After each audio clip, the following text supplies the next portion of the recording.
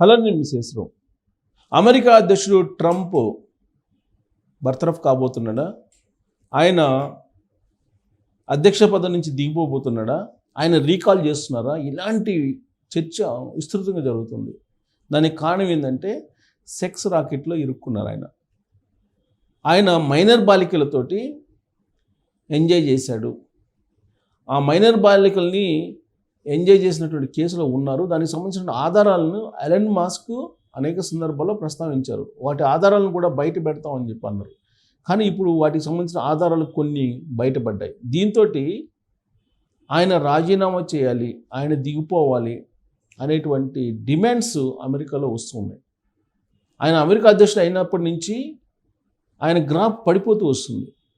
ఇప్పుడు ఈ sex racket అనేది దానికి సంబంధించిన ఆధారాలు బయటికి రావడంతో ఆయన దిగిపోవాలనేటువంటి డిమాండ్ మరింత పెరుగుతూ ఉంది.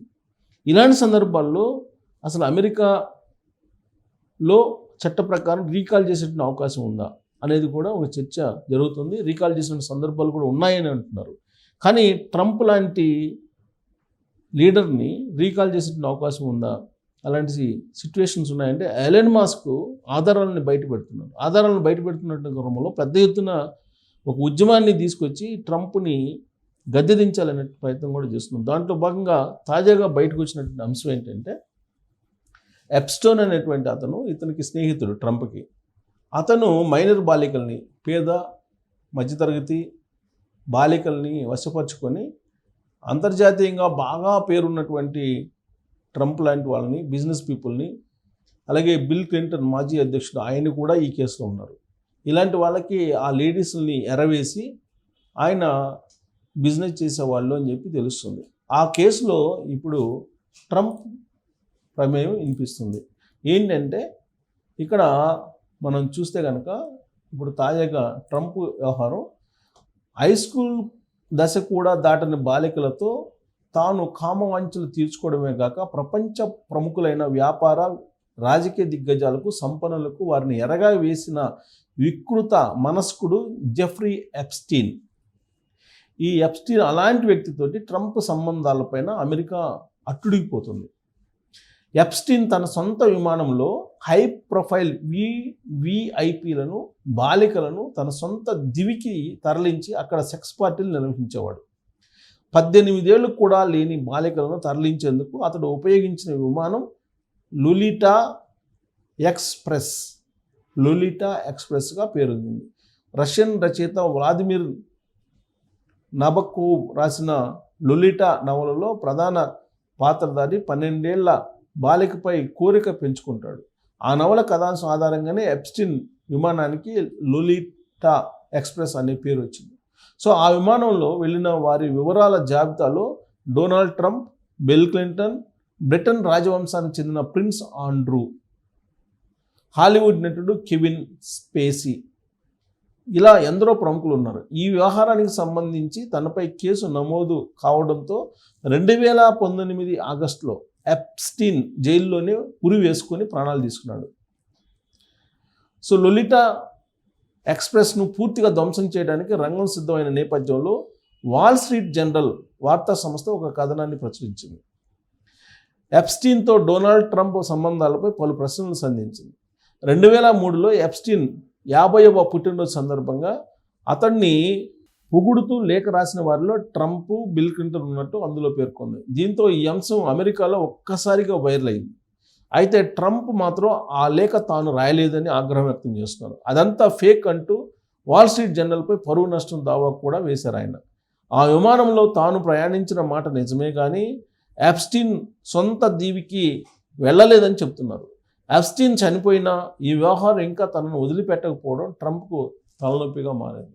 సో ఇప్పుడు అమెరికా అధ్యక్షుడు ఈ సెక్స్ కుంభకోణంలో ఇరుక్కొని ఉన్నాడంట. దీని నుంచి బయటపడే పరిస్థితులు కనిపించట్లేదు. ఎందుకంటే ఒకవైపు ఎలన్ మాస్క్ చాలా క్లియర్గా వెంటబడుతున్నాడు ఆయన వెంట. అమెరికా అధ్యక్షుడు డొనాల్డ్ ట్రంప్, ప్రపంచ కుబేరుడు ఎలన్ మాస్క్ మధ్య విభేదాలు. ఆ విభేదాల నేపథ్యంలో ఇది మరింత ఫ్లేవర్ అవుతుంది సెక్స్ స్కాండల్ ట్రంప్ మీద. రిపబ్లికన్ ట్యాక్స్ బిల్లును టెస్లా అధినేత వ్యతిరేకించడంతో వీరి మధ్య దూరం పెరిగింది. ఆ క్రమంలో ట్రంప్పై మస్క్ సంచలన ఆరోపణలు చేశారు. సెక్స్ కుంభకోణంలో నిందితుడైన ఎప్స్టీన్తో ట్రంప్కు సంబంధాలు ఉన్నాయని ఆయన చెప్పాడు. అతిపెద్ద బాంబు పేల్చిన సమయం ఆసన్నమైందంటూ మస్క్ ఎక్స్లో ఒకప్పుడు దాదాపు కొన్ని రోజుల క్రితం పోస్ట్ చేశాడు. అందులో సెక్స్ కుంభకోణంలో నిందితుడైన ఎప్స్టీన్కు సంబంధించిన దర్యాప్తు ఫైళ్లలో ట్రంప్ పేరు కూడా ఉందని ఆరోపించారు. అందువల్ల దర్యాప్తులో వెల్లడైన విషయాలను ఇప్పటివరకు బహిరంగ బయట పెట్టలేదని విమర్శించారు. ఈ సందర్భంగా భవిష్యత్తులో దీనికి సంబంధించిన నిజానిజాలు బయటపడతాయన్నారు. ఈ సందర్భంగా ట్రంప్ను అభిశంసించాలంటూ ఒక నెటిజన్ పెట్టిన పోస్టును మస్క్ సమర్థించాడు. అంటే రీకాల్ చేయాలి అని.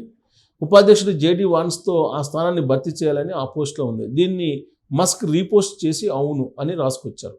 కాగా అమెరికాలోని అతిపెద్ద సెక్స్ కుంభకోణంలో నిందితుడైన ఎప్స్టీన్ 2019లో హఠాత్తుగా జైల్లోనే అనుమానాస్పద మృతి చెందాడు. అతడికి Clinton, Trump, prince Andrew, Michelle, Bloomberg వంటి వారితో సన్నిహిత సంబంధాలు ఉన్నట్లు కోర్టు పత్రాల్లో వెల్లడైందని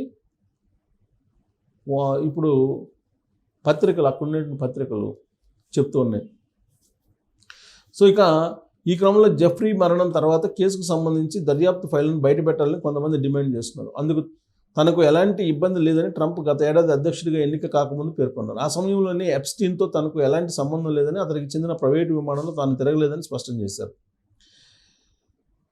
ఇదిలా ఉండగా రిపబ్లికన్ ట్యాక్స్ బిల్లు విషయంలో ట్రంప్కి వ్యతిరేకంగా మస్క్ తొలిసారి గలమెత్తారు. సో ఇదంతా వాళ్ళిద్దరి మధ్య నడుస్తున్నారు. కానీ ట్రంప్ ఏం చెప్పాడంటే ఎలక్షన్ క్యాంపెయిన్లో ఈ ఎప్స్టీన్ సంబంధించినటువంటి అంశంలో బయట పెడతాను, ఆ ఫైళ్ళను కూడా బయట పెడతానని చెప్పి ప్రామిస్ చేశాడు అమెరికా ప్రజలకి.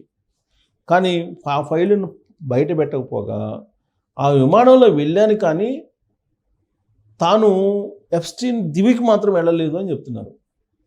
కానీ అది అత్యంత పెద్ద కుంభకోణం అమెరికాలో, సెక్స్ స్కాండిల్, అత్యంత పెద్ద సెక్స్ స్కాండిల్ ఎప్స్టీన్ది. అలాంటి ఎప్స్టీన్ తోటి ట్రంప్ సాన్నిహిత్యం ఉంది. ఆయన విమానంలో వెళ్ళానని చెప్తున్నాడు, కానీ దివికి వెళ్ళలేదని చెప్తున్నాడు. మరి ఎక్కడికి వెళ్ళాడు ఆ విమానంలో? యాక్చువల్గా అది ఎప్స్టీన్ విమానం.